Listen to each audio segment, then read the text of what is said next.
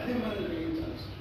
ఎందుకంటే మనం సరే రేపు కొన్నట్టు మనం సూచించినట్టు రేపు కూడా ఇంకా మనం ఈరోజు రాలేటువంటి వాళ్ళకు కూడా ఒకటి చేసి కొంచెం ముందే మన సమావేశం ఆ సమావేశంలో ఒకసారి అందరూ అన్నట్టు ర్యాలీ ఉన్నట్టు ర్యాలీ చేసి పనుకున్నట్టుగా అందరూ పట్టణ ప్రజలందరూ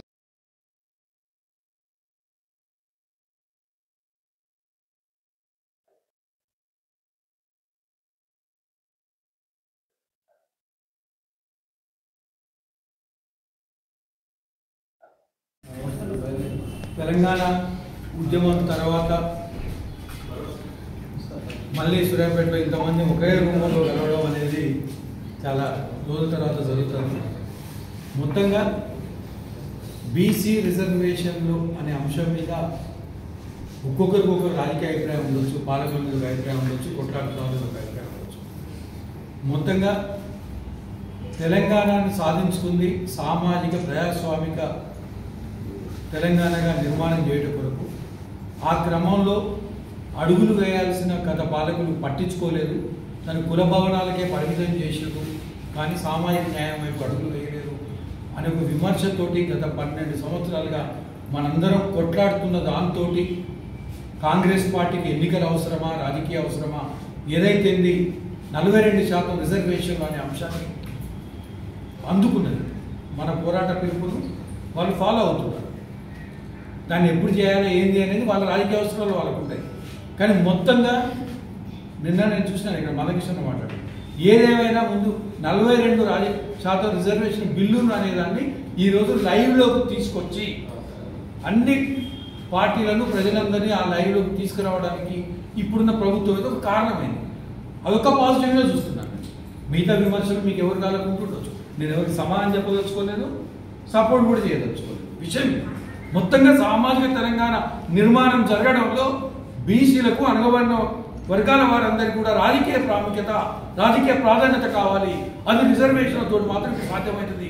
ఆ అడుగు వేయడానికి 60 ఏళ్ళు తెలంగాణ కొరకు కొట్లాడినాం, 30 ఏళ్ళు ఎస్సీ రిజర్వేషన్ కోసం కొట్లాడినాం, బీసీ రిజర్వేషన్ కొట్లాడుతూ ఉన్నాం. కానీ ఇప్పుడు ఒక కరెక్ట్ రోడ్ మ్యాప్ దొరికింది మనకు. ఈ రోడ్ మ్యాప్లో గతంలో తమిళనాడు అనుభవం ఏంటి, ఇప్పుడు తెలంగాణ అనుభవం ఏంటి అని ఒక చర్చ మనం చేస్తా ఉన్నాం.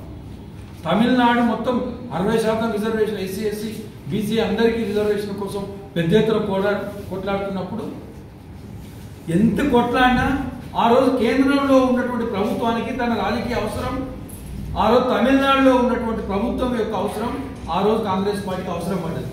కాబట్టి ఆ రోజు వాళ్ళు ఆ బిల్లుని సెక్షన్ 9లో పెట్టి దాన్ని పార్లమెంట్లో చట్టం చేసేది.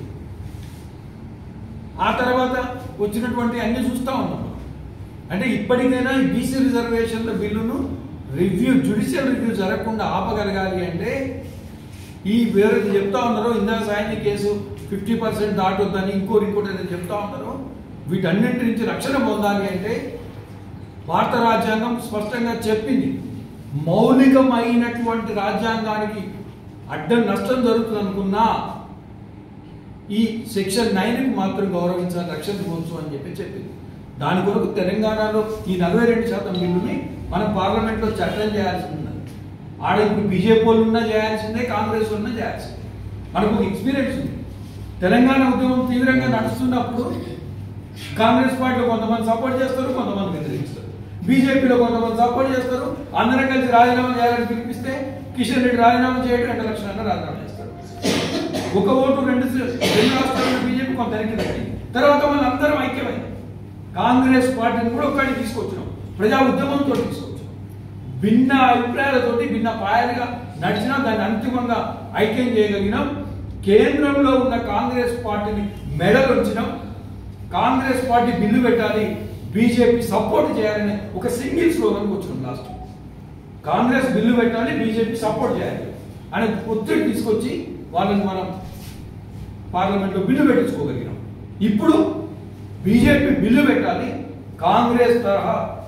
కాంగ్రెస్తో సహా మిగతా పార్టీలన్నీ కేంద్రంలో ఈ బిల్లుకు సపోర్ట్ చేయాలనే స్లోగన్ మీదనే మనం ఉద్యమం చేస్తాం. భిన్నాభిప్రాయాలు ఉన్నాయి, చాలా సంఘాలు ఉన్నాయి కదా, నిరాశ అవసరం లేదు.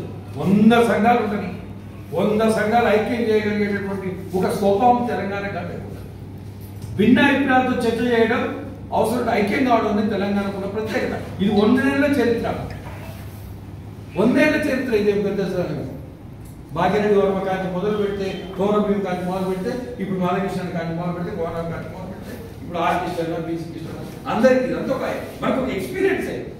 ఇది అందరం చేద్దాం. ఇక రేపటికి సంబంధించిన దాని మీద నా సబ్మిషన్ ఏంటంటే అందరికీ పొద్దున్నే విద్యార్థి సంఘాల నాయకులు SFI, ASF, PDSU, BJS, BC విద్యా సంఘాలు, డిఎస్ఓ ఈ 5 సంఘాల నాయకులు కోఆర్డినేట్ చేసుకొని మార్నింగ్ 9:30 నుంచి అన్ని స్కూల్ బస్సులు పెట్టింది కాదు, మన విద్యా సంఘం వాళ్ళు కూడా ఎంఎస్ఎఫ్ అందరూ మార్నింగ్ 9:30కి ఎక్కడో కాడ ఈడ కూర్చుంటాడు, ఈడ కూర్చోడు.